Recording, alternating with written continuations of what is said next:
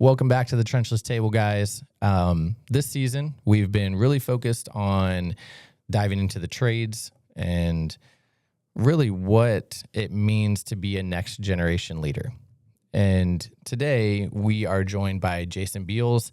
He is the CEO of Altenloh Brinck Company in the U.S. I think I almost nailed that. That's as close as you're going to get, at least. Perfect. And they are industry leading in fasteners. This company has been around since 1981 in Bryan, Ohio, and that was under the True Fast name. So they were acquired around 2006 by a pretty global brand, and we're going to get to hear about that as well. And really, under Jason's leadership, the company continues to grow through innovation in this space, which I think is really exciting and interesting because this space has been pretty traditional throughout the years. So excited to hear all about that and looking forward to hearing about what Jason thinks that next generation leader looks like. So Jason, thank you so much for sitting down at the table with us today. Thanks for having me. And I was a little flattered and surprised when Cole reached out, because I knew this is a little about the trades, and for a guy who had no skills and had to go to college if he wanted to be successful, happy to be here. So I guess to jump right in, not at all under my leadership. I've been blessed to be along for the ride at ABC, and great background there. I didn't send any of that over, and you were spot on a lot of that. So there's more information about us on the internet than I thought there was. But out of college, I came home, started working for a automotive parts manufacturer as a financial analyst, just trying to figure out if I actually learned anything in college, which after about the first 2 days, I figured I didn't. So time to start learning and what I wanted to do in life. And at the end of 2005, I saw the ABC acquires True Fast article in the paper. And I had just gotten married. I remember telling my wife, I'm like, I don't know anything about True Fast, but maybe that'd be a cool place to work someday. Sounds like they got a lot of growth stuff ahead of them. And then a month later, a controller position came in the paper, and I had all of 5 months of experience, so I certainly was not qualified. So life went on, and then probably 2 weeks later, I got a call from Tom Herman, kind of a Bryan legend, and said, hey, I talked to a guy over at True Fast, and they can't find a controller, and I told them that you're exactly what they're looking for. I said, well, that's nice of you, but you're wrong. But anyways, had a conversation, got an interview, talked to my wife, and said, well, I'll go over there, and I'll at least network, and 3 or 4 years down the road, maybe I can get a job there. Got home like 7:30 at night after I interviewed, and my wife's like, where have you been? I said, well, I've been at that interview, and if I don't get that job, I'm going to be pretty disappointed. Like, sounds like a really cool spot. And my short version of the story is I really got to grow up with the business. True Fast was a $32 million business when ABC bought True Fast to establish a manufacturing presence in the U.S. This year we'll do probably $180 million. A lot of that growth on the SPAX side, which is the brand that Germany brought with them to the U.S., and a lot of that growth on the True Fast side, so the commercial building envelope. Our traditional market is holding insulation and membrane down on flat roofs. So if you walk into a gymnasium or a Walmart and you look up, hopefully those are our screws poking through the steel deck. Nice. Kind of a funny piece of it, though, is we actually do a 2-part polyurethane adhesive that's replacing fasteners in some applications. So with thermal bridging and speed of application and really some performance things, adhesive is becoming a big part of the commercial market. So a little bit of an Obit connection there, because fundamentally it's not that different of a product. So I've been blessed to be part of ABC for 19 years, short of a 3-month stint at a Fortune 500 company because I thought I wanted to go work for a giant company. Thankfully, they had me back to ABC because I couldn't live in that world, because it's very much a quarterly approach. How do we deliver this quarter?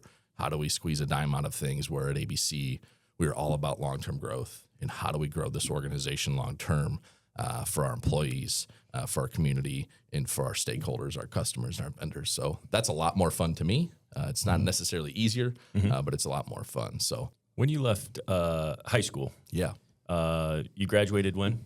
2001. 2001. When you graduated high school, you said, I'm going to college to get what degree? I was going to be a doctor. Oh, wow. Yeah. And you came out of college with what? An accounting degree. That's a shift. Yeah, I probably 3 weeks, 4 weeks into my first semester, I was failing chemistry. And I was like, this is not, I'm not good at this. And B, I don't want to go to school for 10 years. I don't want to be a doctor that bad. Yeah. So I changed gears. I called home and said, hey, Mom, bad news. Not going to be a doctor, dropping chem class. Good news, I won't fall behind in my credits. There's a basketball class that starts in 2 weeks that I can stay ahead on credits. So she was super impressed, probably really excited about where I was headed in the future. But in that time, I sat down and said, okay, what do I really like to do? Sure. Like, what am I good at? What do I like to do? You know, everybody says, well, find a job you love and you'll be successful forever. That's true. But at 18, you're like, well, everybody wants to be a professional athlete or a musician or whatever. And that's a pretty small percentage. But I did have some self-reflection of, okay, I'm really good at math. I like math. Yeah. I don't want to be a math professor. Let's dig into finance and accounting. And that's kind of how I thankfully found my way in college before I really knew how it was all going to shape up. But it opened a lot of doors for me because it was a basic skill that I could learn, that I could walk into any business and hopefully sooner or later add value to. Yeah. And I think that's a key thing with all of these conversations that we have is even though you started out and you said, hey, you're humbled because we invited you to this construction podcast and you don't know anything about construction, but the reality is all of businesses, the blocking and tackling are all the same. Fundamentally, we need accounting, we need finance, we need leadership, we need people that have skills and knowledge, and it all is packaged differently, but you boil it back to we still need all of those things to make businesses run. And so one of the keys that I think that we'll uncover in all of these is that no matter kind of what path you go on, you can be successful. And that's what I'm hearing from your journey is you're going to be a doctor. You said, well, critical thinking kicked in. You said, man, maybe that's not it for me, but I went on to a different path. And so that it boils back to all businesses need all of the things that it integrates together. And then we all as a package become successful. And it sounds like you found your path that way to the point you're at today. Now you're the CEO through how long? Almost 2 years now in this seat. So, but I'm scared. Sorry, go ahead. For how long have you worked at ABC? Oh, 19 years. You've been 19 years. Yeah. Oh, okay. Yeah, I'm halfway through my career, which is a little exciting and kind of terrifying. So Absolutely. we'll see how the next half goes. No, so I was actually happy to hear that somebody else got to take one of those, what I consider really crucial classes in college, because I had a bowling class just to keep my credit hours up. It's the biggest sham in the college industry is being able to take a bowling class at $1,500 credit hour. It's a great point in the college space, and I heard Dustin talk about this in general education today. I'll paraphrase. Sorry to anybody who doesn't like the interpretation of. There's a lot of wasted time in education today, public education. Same thing with a college degree, if that's the route you choose to go. Not that there's anything wrong with learning 1700 art, but how can we make a more impactful, efficient product?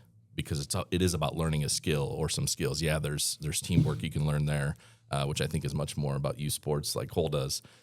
There's how do you learn and having a well-rounded education. But for folks who want to learn a skill, how do we become way more efficient at that? Because, for $2,000 or $3,000, I don't think we got anything out of basketball or bowling or weightlifting or whatever it might be. So let's talk a little bit about fasteners. So we talked a little before this. I come from an industry where it's not super exciting, the product that we were selling at the time. I related it to trying to sell toilet paper because it's essential, but it's not exciting. Although I think whoever the little bears are, they do a great job. Charmin. Yeah, Charmin. Yeah, they do a great job making toilet paper exciting. But I feel like you are in a very similar industry and seat where it's like, how can fasteners be innovative? How can fasteners be exciting? So can you tell us a little bit about what you guys are doing? What are those innovations that you're seeing in that space? Yeah, absolutely. And I think some of our production and tooling folks would tell you that we're pushing the limits on innovation some days with the things we ask them to manufacture. But so the SPAX brand is our consumer-facing contractor pro brand that you'll find in Menards, Home Depot, Lowe's, Ace, Do It Best. I won't name them all, so marketing will be mad at me. But there's fasteners that you and I are going to use at home every day, building a deck, fixing a shelf, hanging a cabinet.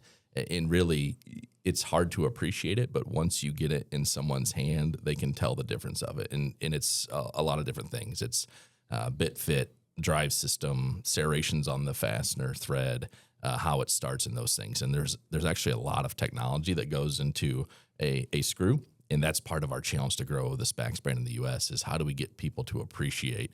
If we can just get everybody to try it once, we think they'll all be hooked because we truly do believe we make a better, higher performing fastener. The challenge is if you went and asked 20 of your friends, maybe one of them could name a fastener brand. So we don't even appreciate the brand part of it yet. So that's our job is how do we tell that story? And it's through social media, it's through hands-on training, it's through a lot of things. But it is a big challenge because screws aren't sexy. They just aren't. They're not dum-dums. They're not toys. It is hard to get people excited about screws, though. I think we have 330 pretty passionate people about fasteners. I think we found the 330 crazy ones to come work for us. But you've seen what we do here, right? Yeah, There's exactly. nothing sexy that we do here either, but it's critical. So thank you for building screws that hold the world together, right? Yeah. It's critical because we don't want things falling apart. And when you go to a house, you want it to be safe, secure, right at your home, and you want it to be quality. And so I think that's what you're delivering is quality products that are maybe just a little bit different, and people need to understand and appreciate the value of that. yeah, we like to think so.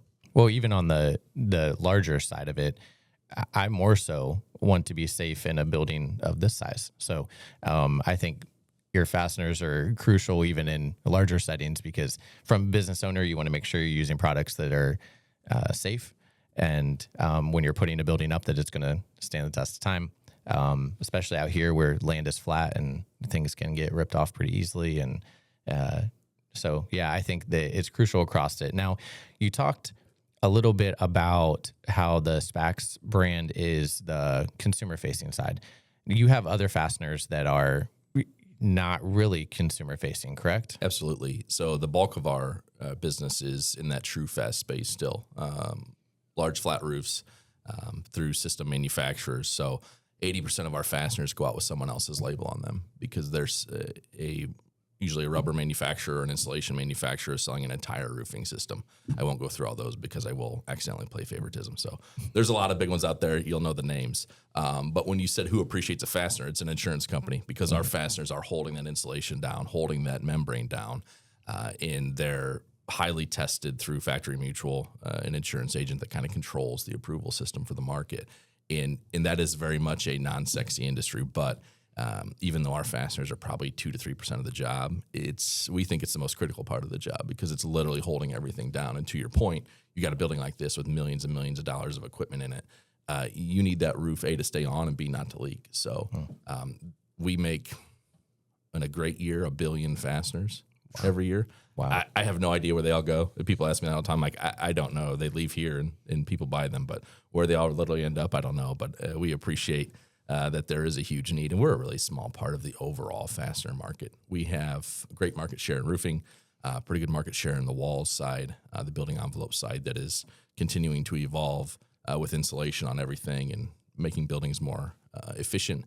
And we're continuing to gain market share on the SPAX side, but we're still a pretty small part of the global fastener market. But we're proud to make fasteners here in Bryan, Ohio. There's not a lot of U.S. manufacturing fastening plants around still, which we could get into a whole tariff conversation. We won't do that. But we're proud of that, and it's maybe we will. Maybe we will. We could. But it's a lot of fun. And I guess to the point is, yeah, it's not a sexy industry, but it's a super crucial one and one that we think we're pretty darn good at and that provides for 330 families and team members of ours. So, Yeah. So when it comes to product development, you touched on it a little bit, but with building codes that are changing all the time, how do you decide where the budget goes for product development? Because you don't really want to put money into something that's going to change in a 2-year building code cycle, right? yeah, for sure. And from a building code standpoint, we're always looking at that first and foremost to say, okay, what's happening? So on the roofing side, for example, what we've seen in the last 10 years especially is the average length of a screw is getting longer and longer because people are having to put more and more insulation on a building to make it more efficient, to increase that R value. When it comes to something a little crazy, 20 years ago, polyurethane in roofing was pretty crazy. But if everyone would have ignored it, or candidly, we were a little behind in the curve, you're going to get left in the dark. So it is a challenge to say, okay, here's 50 ideas. 10 of them are coming from a building code. 10 of them are coming from a customer conversation. 10 are coming from a contractor, and 10 are just coming from, we dreamt it up one day that this would be a cool way to change a fastener. For us, it's about how quickly can we validate that idea. A, can we make it? Is it even possible to make? And then B, does it perform? And then C, will the market really want it or accept it? Because you can have the best fastener in the world, but if the market doesn't understand the need for it, you're going to lose. So for us, it's how quickly can we validate those things. Some days that's really fast. Sometimes projects have birthdays on them, and that's okay. But it's not easy and it's not cheap, so we want to make sure we do it right. Real quick, we're going to get into a lot more topics. I'm not talking a bunch because for obvious reasons. But what the heck is a True Fast wall? Okay, sorry. I'll get a little more specific. So True Fast is a brand that we use pretty much on the commercial side. Roofing, we talked about holding insulation and membrane down. We're also in the walls business with a group that we acquired back in 2017. So same kind of concept. There, especially with new buildings, there's insulation almost always around the building now, and there's gypsum, and then there's cladding and rain screen and all sorts of things. So what we're doing is attaching those things to a wall. Seems like the same idea, but gravity's working against you now. On a roof, gravity works with you. Pretty cool. On a wall, you have a lot more shear load, and you have a lot more air and water penetration opportunity. On a roof, that membrane's kind of the last line of defense, and the membrane covers everything.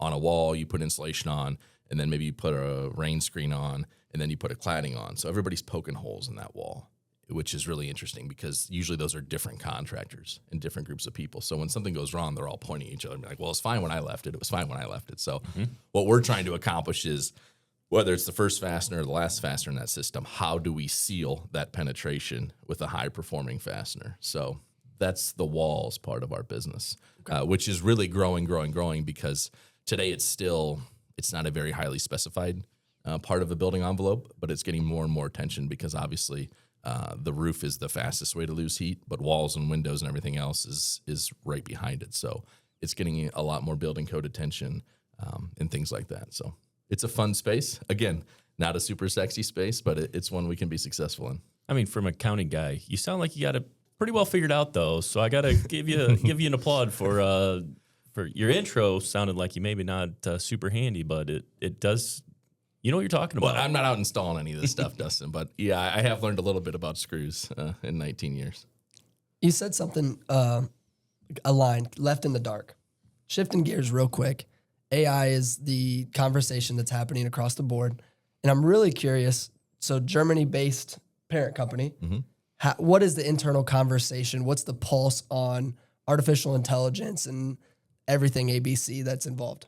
Yeah, so we really started talking about this probably a year ago, which is probably too late, but yeah, that's okay. And it really was just a general quarterly meeting conversation of what are we doing with AI here? The good news is when we think back about it, we are doing more than we thought with, some automated order entry software and some things like that. The challenge or the opportunity is we're going to have to continue to get our hands around this in a hurry, which is impossible because it's forever changing. I was just listening to a guy at a conference last week, and he was talking about AI, and he basically said, in 12 months, you won't recognize it. And that's a little terrifying, right? Yeah. Now he's an extreme, and he turns out he runs a consulting business for AI, but to the point, I think we're all going to, I don't care what you're doing. If you are in a business where you have any of the functions that Dustin talked about, which is pretty much every business, by the way, unless you're a one-man band or one-lady band, that AI conversation is going to have to come in. And for us, it's the same conversation as technology on the shop floor is how do we utilize this to help us grow faster and more profitably?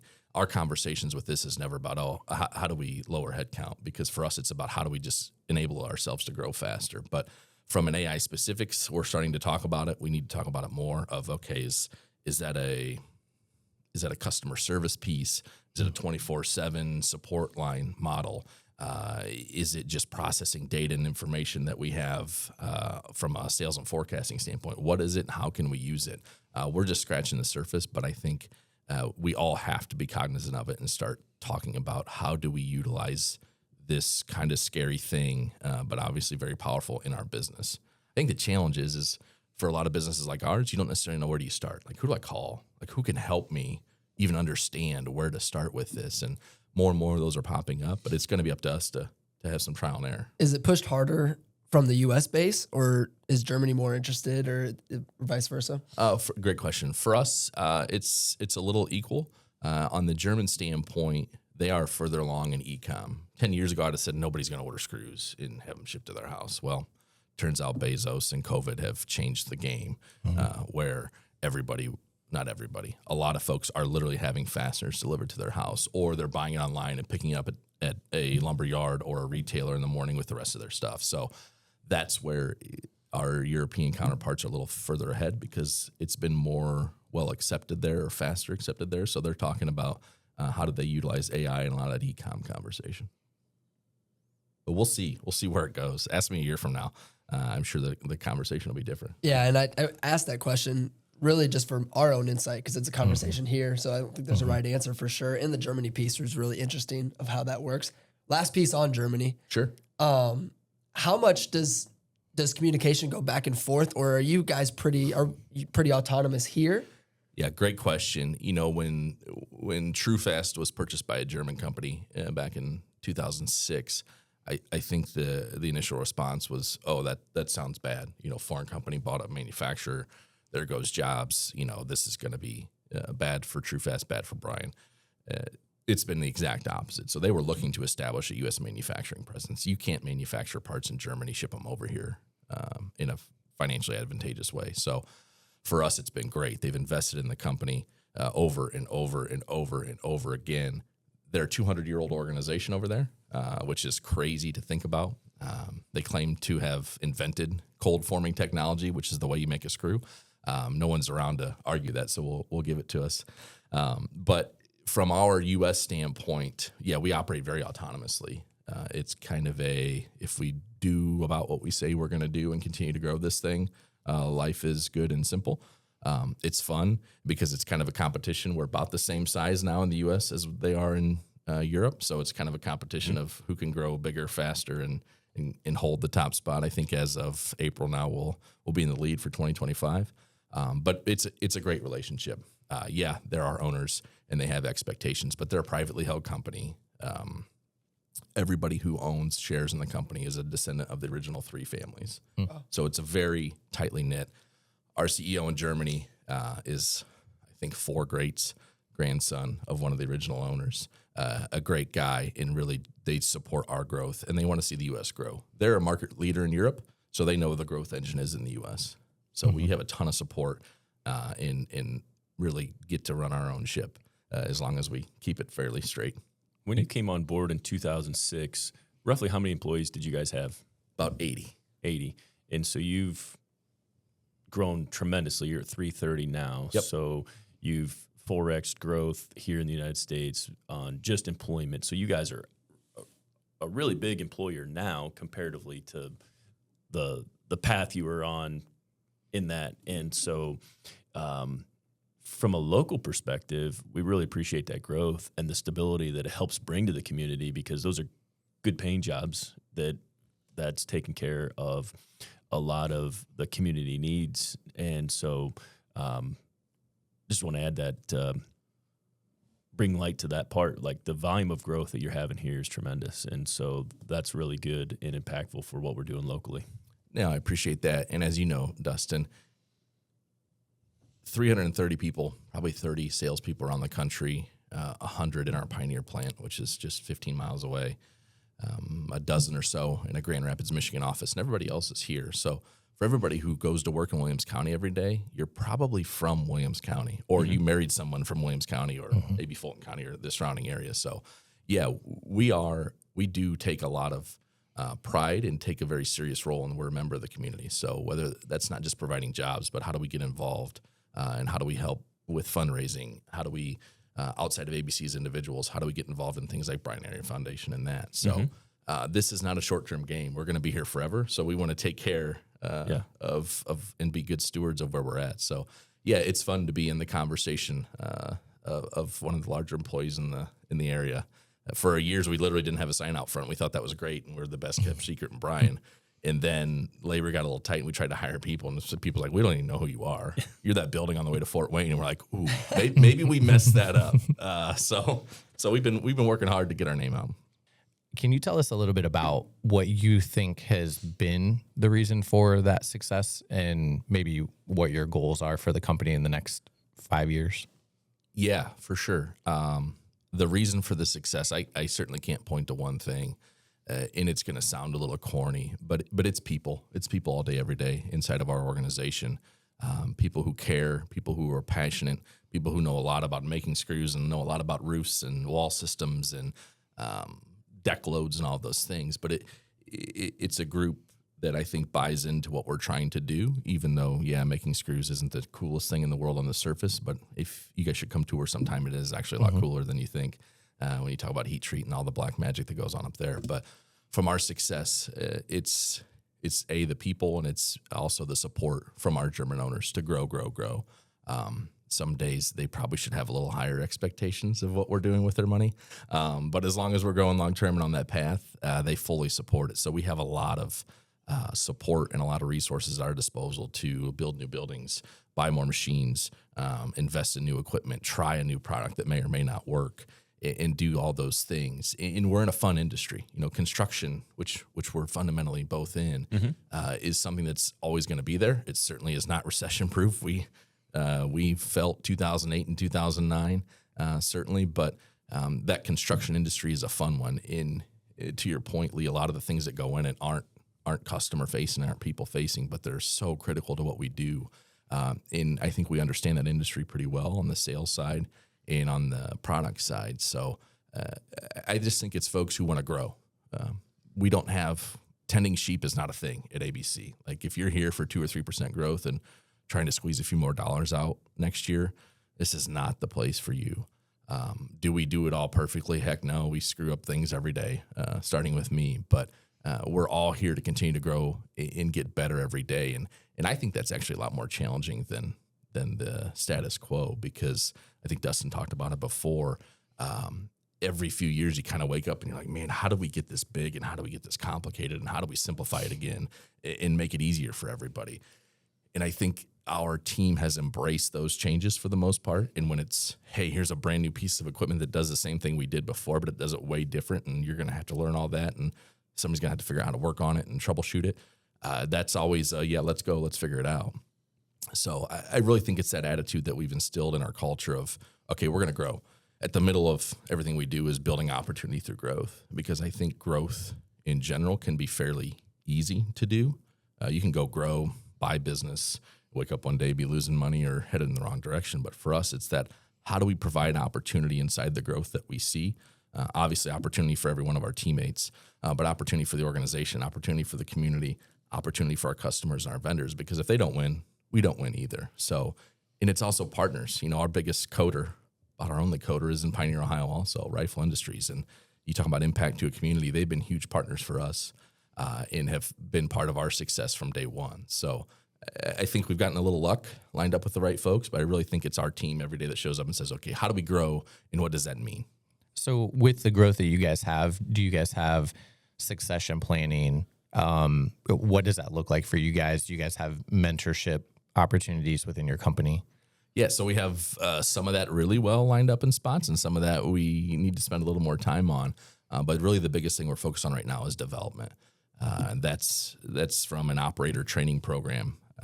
We sat down end of last year and said, okay, how our operator training works is you kind of have a basic training, and then a 1, 2, and 3 level. So if you're a 3, you can pretty much work on anything in your department, your area. You can set it up, you can tear it down, you can change tooling in it, et cetera, et cetera.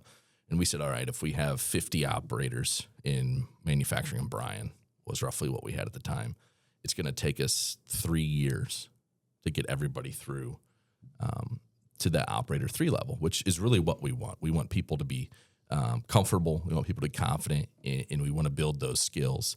And we said, okay, well, when you do the math and you talk about a person and the trainer, this is the dollars it's going to cost. And we said, well, but we have to do it if we want to continue to grow. And sorry, I skipped part of the original question. Our crazy 10-year goal is $1 billion It's I love it. and that's a little terrifying some days. And there's a lot of people who don't want to work for $1 billion company, myself included, when you talk about the craziness of it. So our opportunity is, how do we develop people, and how do we all get a little better of our job every day? But also, how do we keep the culture of a small business that doesn't get bogged down by 17 layers of approval, or needs to make a decision and we're waiting on Germany till the next board meeting to do that? The great news is I think we've done a pretty good job of that. Obviously, policies have to improve. You guys talked a lot about safety training.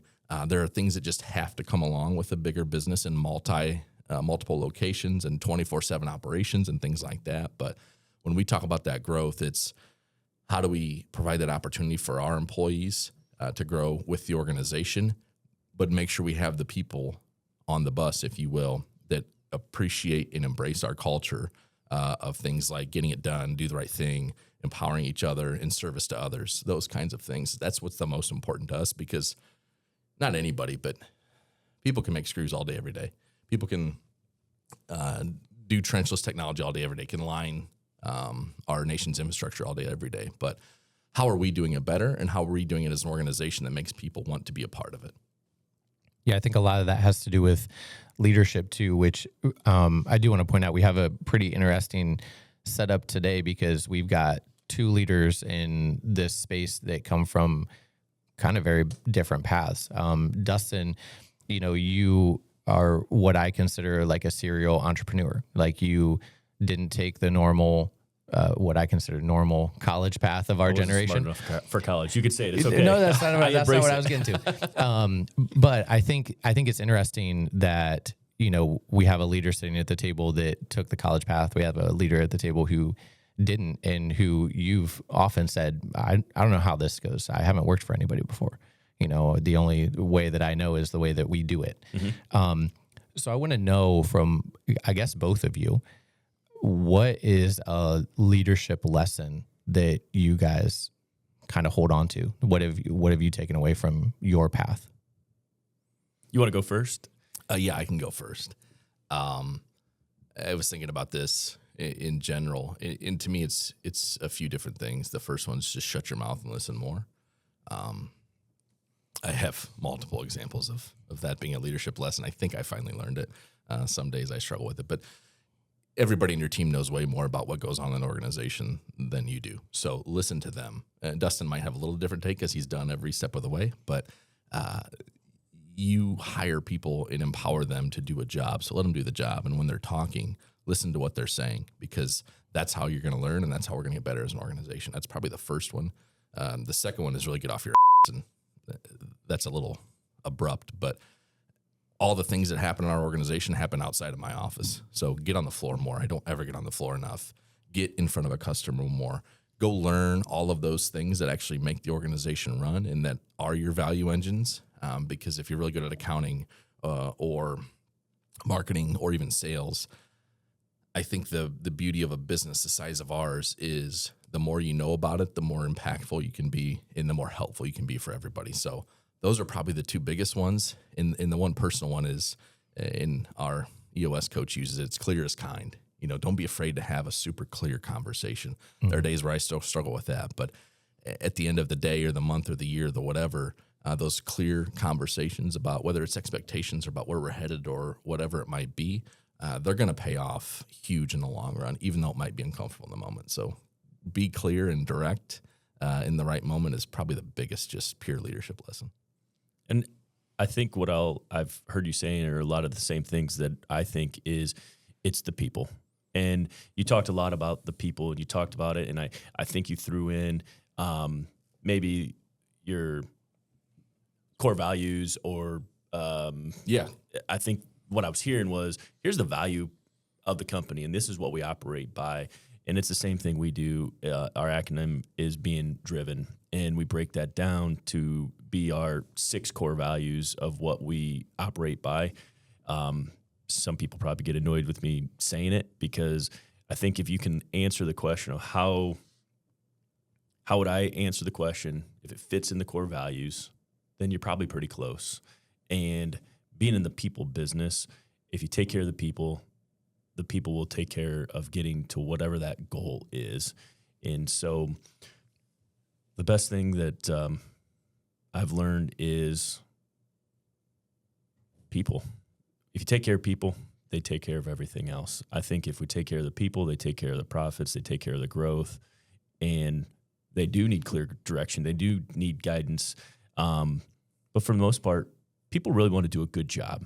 They don't want to come in and I think most of the world just wants to do a good job. We got a lot of good people around us, and so do you. And so you haven't got to this point by not empowering people, growing them, and putting them in the right seat of the bus. And sometimes it's uncomfortable to change seats of the bus up and down, but it's necessary. And those difficult conversations are never comfortable, never easy, but they're necessary. And I like how you said that. If it's clear, you can still be genuine and care about the people, but it's clear directive, it's clear conversations.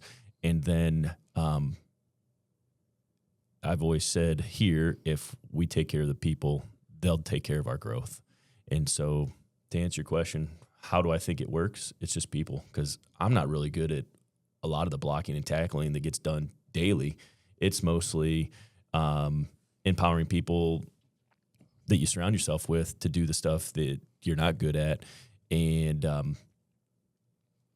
y'all may want me to do more or less. I'm not sure. But I think if I stay out of the way, the people will take care of it. To get to $1 billion, though, I love that. I love that because you're going to go from 3:30 to 6:30 to 9:30 to 1,500 employees at some point in time. Yeah. Mm-hmm. And when you extrapolate that out, there's a lot of really good paying jobs in there.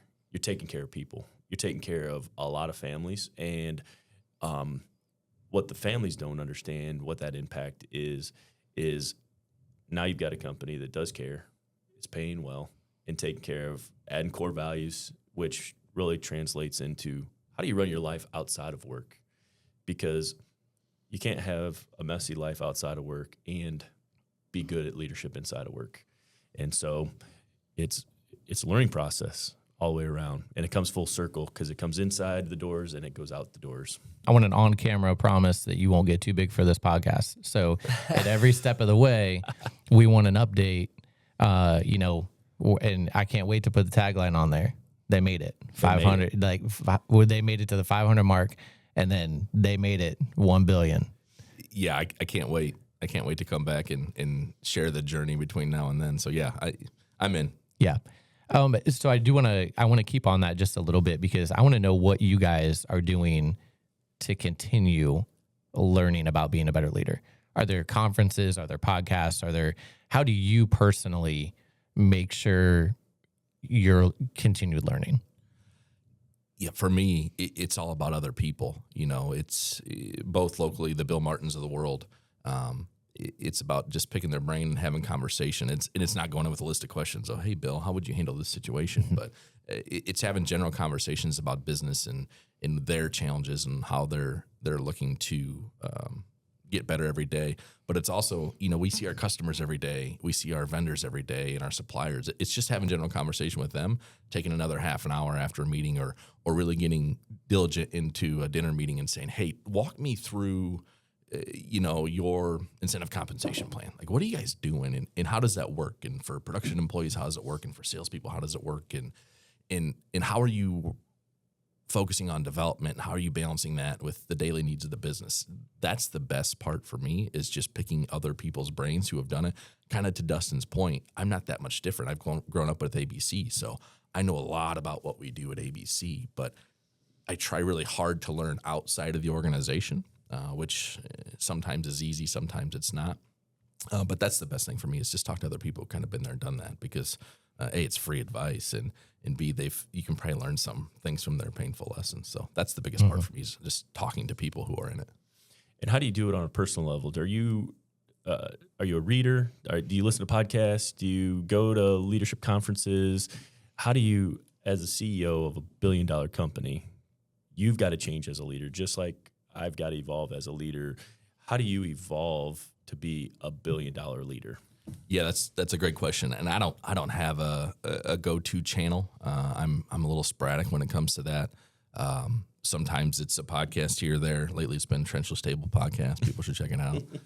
I've caught up on all those. Heard they're pretty good. But those always come from talking to someone else of, hey, you should read this book, or you should listen to this podcast, or you should check out this YouTube video, or whatever it might be. It's a pretty much a mixed bag for me. As you know, if you listen to a half-hour podcast, there might be 3 things you take from it. Like, all right, those are the 3 nuggets. And then the challenge is, all right, where do you put those nuggets so you can come back to them and remember it every day? It's kind of like an Excel training course, right? You sit in a classroom all day and it's awesome. Then you go back to your job and you don't use any of it. But that's the opportunity. And that's where I get it is usually somebody saying, hey, check this out. We're talking about this thing. Listen to this podcast. Watch this video, read this book. I'm a big audiobook person if I'm going to read. I don't read a ton, but audiobooks have kind of opened that door for me because sitting and staring at a book is really not an option. But audiobooks are helpful for me, so that's kind of my go-to. Do you then take that information to your leaders within your company? And how do you do that? Sometimes. So a lot of that comes from our team. So we have a pretty good, not a pretty good team. We have a great team. But a lot of things get bounced back and forth with our team. You'll see, story links shot back and forth at 7:00 at night. Hey, I was checking this out. Read this article. Sometimes that's tariffs, and sometimes that's just general things on business. So we don't have a circle like Dustin has. It sounds like that kind of leadership team meeting every Thursday morning, specific to development. I pay him to come listen to me. Well, I'm going to sneak in. I think I'm going to sneak in some Thursday when I'm in town. But yeah, it's really a back and forth. And we've done some kind of book club things with emerging leaders in the plant at times, and it's really that development piece of, okay, not everybody wants to or needs to learn the latest and greatest leadership approach, but how do we provide opportunities for people to learn whatever it is they might want to learn, whether that's getting to be a better header operator or getting some leadership classes or getting some maintenance classes out at Northwest State. Mm-hmm. Now, we have kind of one more question to wrap up, but before I get to that, and I think Cole came up with it, so I'll let him kick that last question off to you, but can we talk a little bit about tariffs and what that's doing for your business? Because that's a hot topic right now across the board in business. Yeah, absolutely. For us, so we are subject to the 232 tariff, which is Section 232. It's technically, I think, tied to defense in national security. It's the same thing that happened in 2018. So pretty much everything that's metal, raw material, and anything that's made of metal that comes from everywhere but the U.S. gets a 25% additional tariff on it. So sounds okay for a U.S. manufacturer, but a lot of our wire or the base material of our wire comes from Canada. So Canada has 25% increase on that rod that comes in and gets made into wire. And actually about 3 inches and under, quite a few of the roofing fasteners that we sell, we import from Taiwan today. So from the input side, it has absolutely raised our cost 25-ish%, because the other piece about tariffs is, and this isn't political, it might get there, but it's not right now. Tariffs are cute in a vacuum, like they're very clean in a vacuum, but they don't operate in a vacuum, right? So if Canadian wire goes up 25%, domestic wire is going up 24.5% in 2 months, right? And then that's just how supply and demand works. Mm-hmm. The good news is from our customer base, they are very educated, they are very in tune with what goes on, and they're very understanding in a partnership standpoint. So from a pricing standpoint, we've been able to pass that along and make ourselves whole from that. The opportunistic side of tariffs for us are, should we make more of those imported short parts here now that they went up 25%, which is fun to talk about and fun to think about jobs and more equipment and those things. The other side of the business, or the other piece of that, is on that SPAX side. A lot of our competitors are imported products. So in theory, we're in a position, a better cost position versus them. So if tariffs are around for a long time, I think we'll see, meaning more than a year, I think we'll see some more opportunity for us to make more parts here in the U.S. and grow our business even faster. The challenge for us has been, and still is, because there's a lot of open-ended pieces to it, is the uncertainty. I mean, when a tariff goes into effect one day, then it's off the next day, and then it's delayed 30 days the next day. That's the challenge of, okay, just tell us the rules, because we can figure out the rules and we can abide by them, and we'll figure out how to make this work. We're pretty good at that. But when the rules change every day, it's really frustrating. And from a macroeconomic standpoint, that's when people start pulling back and saying, okay, I'm not going to do anything until I know what's going on. When you talk about building buildings or releasing government funds for projects. That's the challenge, is the uncertainty it brings. 2 questions that came out of that. Do you guys have the same Buy America requirements for building, for the building trades like we have? So we right now are seeing a lot of projects that are Buy America, Build America required. Do you guys see the same thing?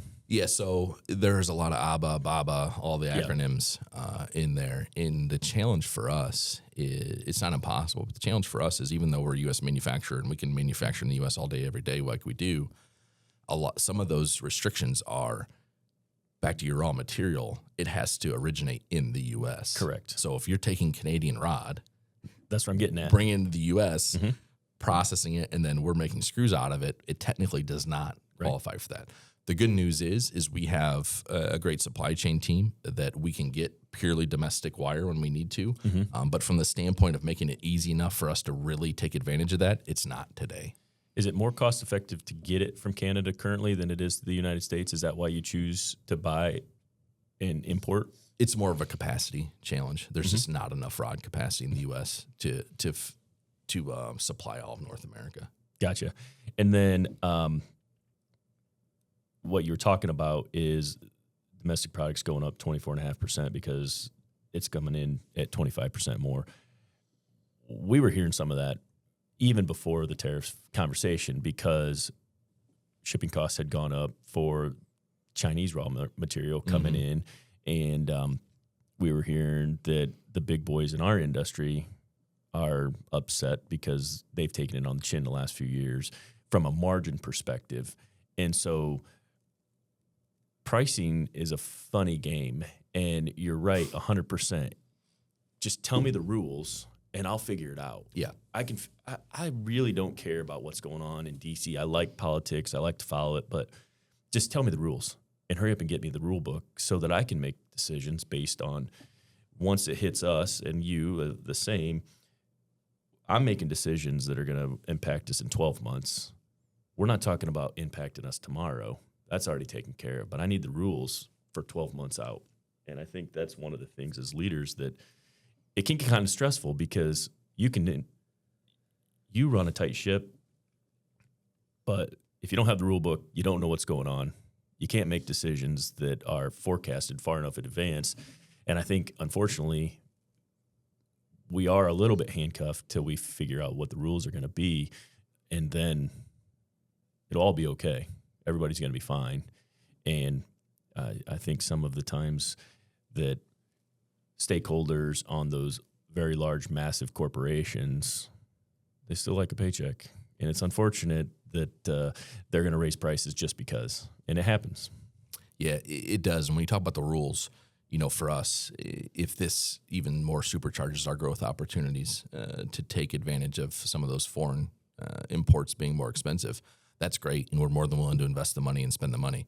The challenge for us, or the balancing act for us, is, okay, every new machine is at least $1 million, and it's somewhere between 9 and 18-month lead times. Yeah. So we need those rules to still be into effect in a year. I know a guy that'll put a building up, happy to use SPAX fasteners. You invest in the equipment, we'll invest in the building. We can work this out. No, I appreciate the offer. And then that's the balancing that we have to do. And sometimes it's a little more of a leap of faith than a pure formula that works. But to your point, if the rules are at least consistent and don't change every day, then we can make a lot better decisions.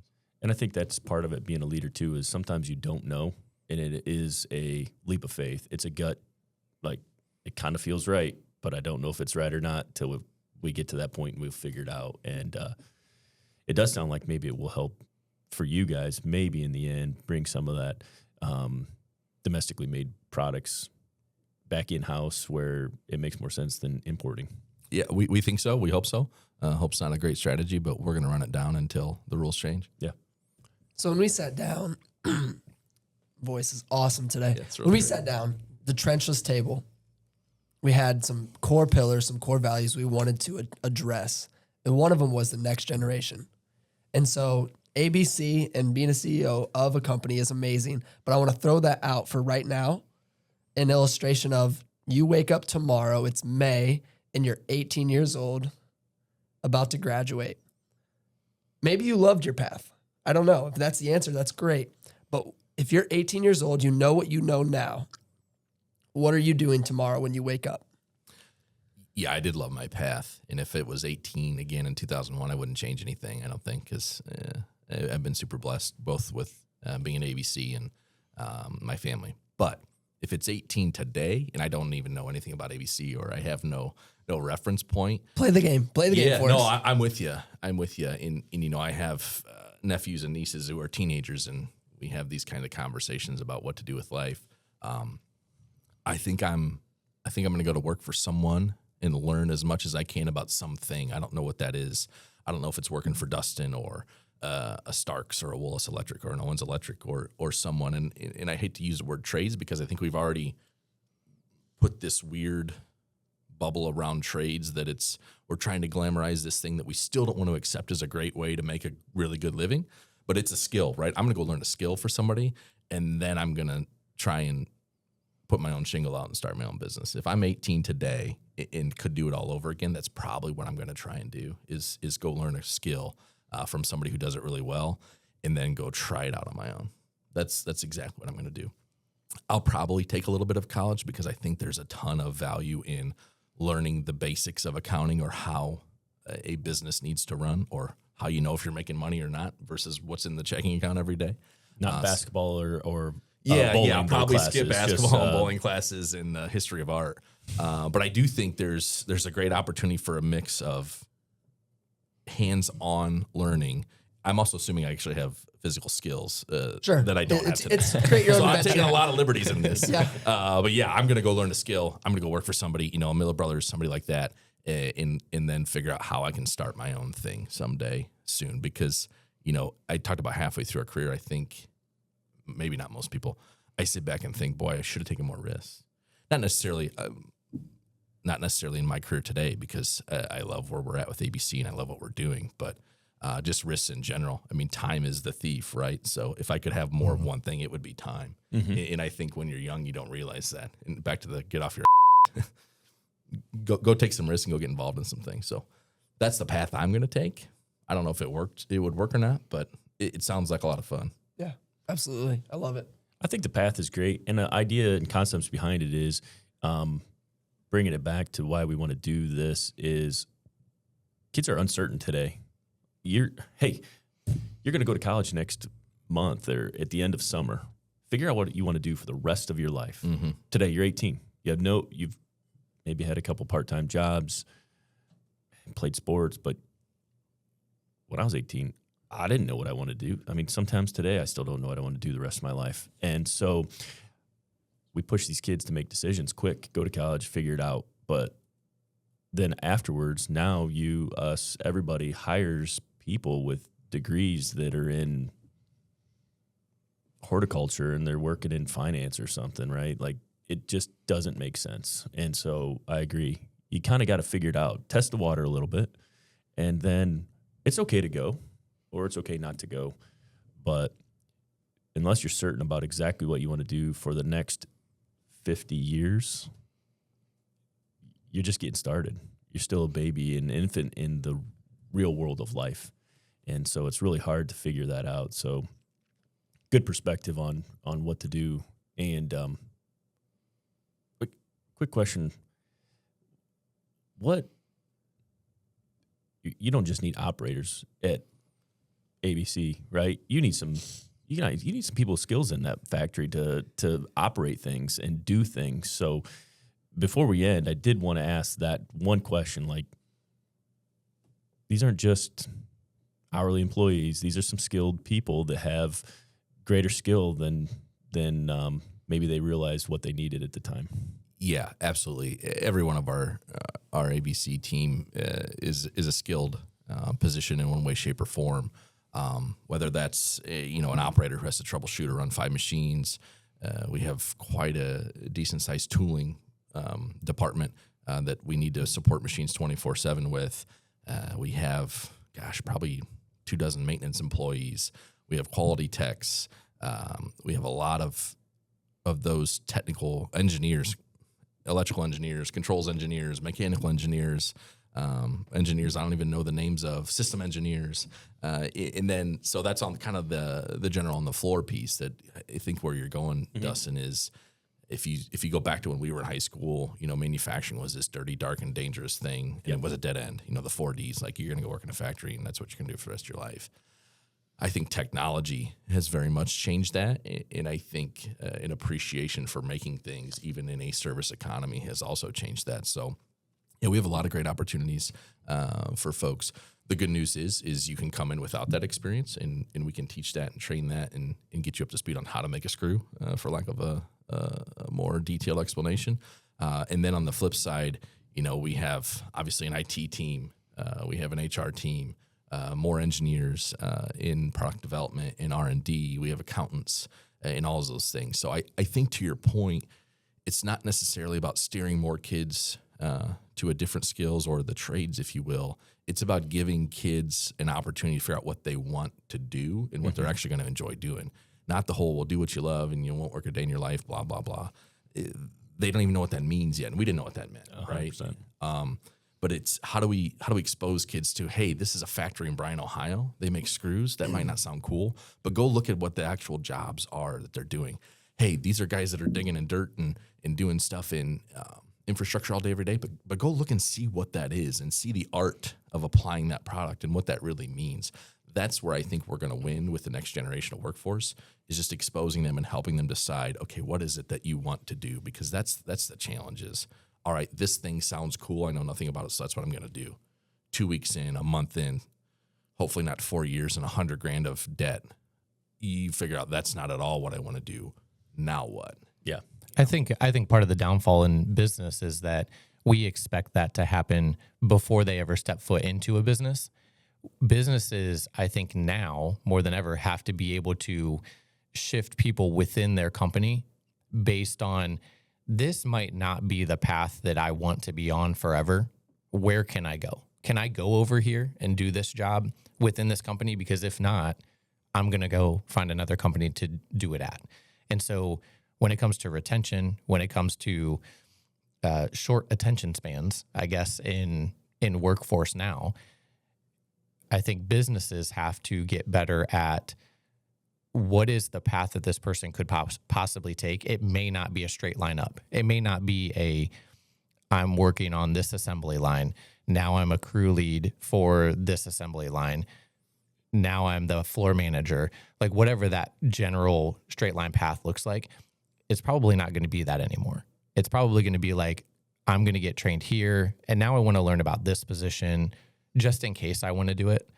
I want to learn a little bit about this. It's like cross training throughout the facility so that they have different paths that they can take. I think that's the piece that a lot of manufacturing companies, a lot of companies in general, we're not super good at that within our building either. I think it's something that we have to look at, because these kids are coming in, we're expecting them to say, I might not do the college path. I might just come and work for you guys right out of high school.